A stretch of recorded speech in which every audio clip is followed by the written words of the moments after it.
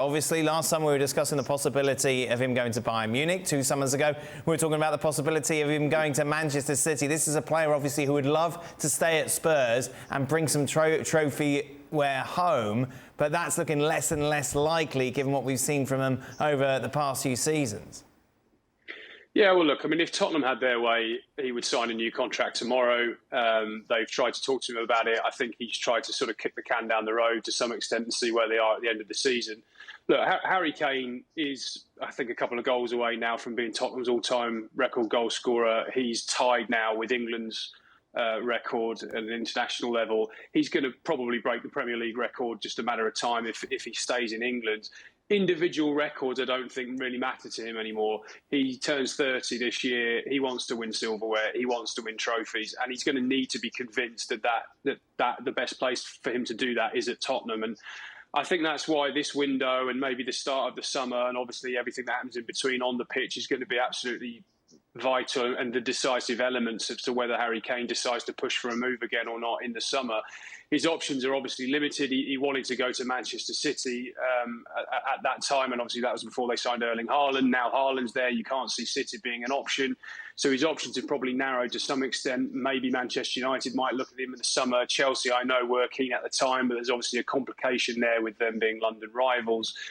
So really, Kane's future is very much in the balance. All he's doing really on an individual level in terms of his future is advertising. He's absolutely at the top of his game, as everyone else has said. Everybody would love to have him pretty much in their side unless you've already got Erling Haaland. So Kane will determine where he plays to some extent. He did ask for a move. That move didn't materialise. I think he'll push harder if Tottenham miss out on the top 4 and they look as far away as they often have done from winning a trophy. Well, obviously, he is the man when it comes to Antonio Conte's side. We've been talking a lot about his attitude, his post-match press conferences, basically all of his personality feeding into this Spurs side, which you just feel is nowhere near where it should be at the moment. However, this 4-0 win obviously helps. What did he say after today's game, James? Where does we see his future? Well, I was in his press conference, the pre-match yesterday, and it was sort of half an hour of almost saying everything. So I'm happy, but I could leave. I'm getting what I want, but I want more. You know, we were all sat there afterwards saying you could kind of write this almost any way you want to. If you want to say you're thinking about leaving, you could write that. If you want to say he's happy, then he kind of said he was happy. So my understanding is the club don't know what he's going to do.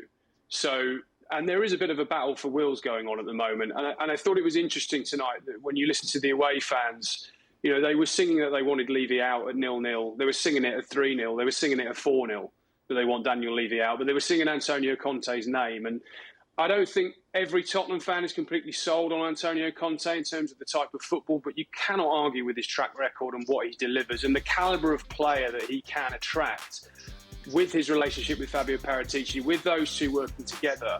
You know, that is a cut above what they could probably get otherwise. So, look, make no mistake, Conte wants more players. He wants to accelerate the process, as he calls it. You know, he wants to bring in proven quality winners to change the mindset of Spurs and really help them take that final step to really challenging on a consistent basis for the Premier League title. They are 2, 3, 4 players away from that, you would say, at the very least at the moment. January's a difficult window at the best of times, so they're not going to get all those players in now. But I think there's, on the one hand, that Antonio Conte is demanding more investment, more players. And on the other hand, Daniel Levy and Joe Lewis are saying, well, look, the club is for sale. We are trying to get new investment in. We have habitually not just thrown the kitchen sink at the transfer market. We've given you quite a lot. We've spent, I think, 170 million in the summer.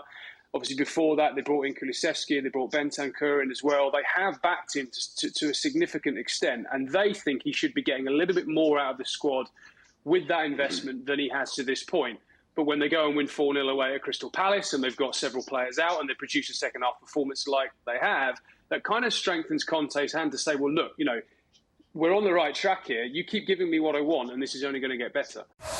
Well, thank you very much for watching ESPN on YouTube. For more sports highlights and analysis, be sure to download the ESPN app. And for live streaming, premium content, and let's not forget as well, ESPN FC 7 days a week. Subscribe to ESPN+.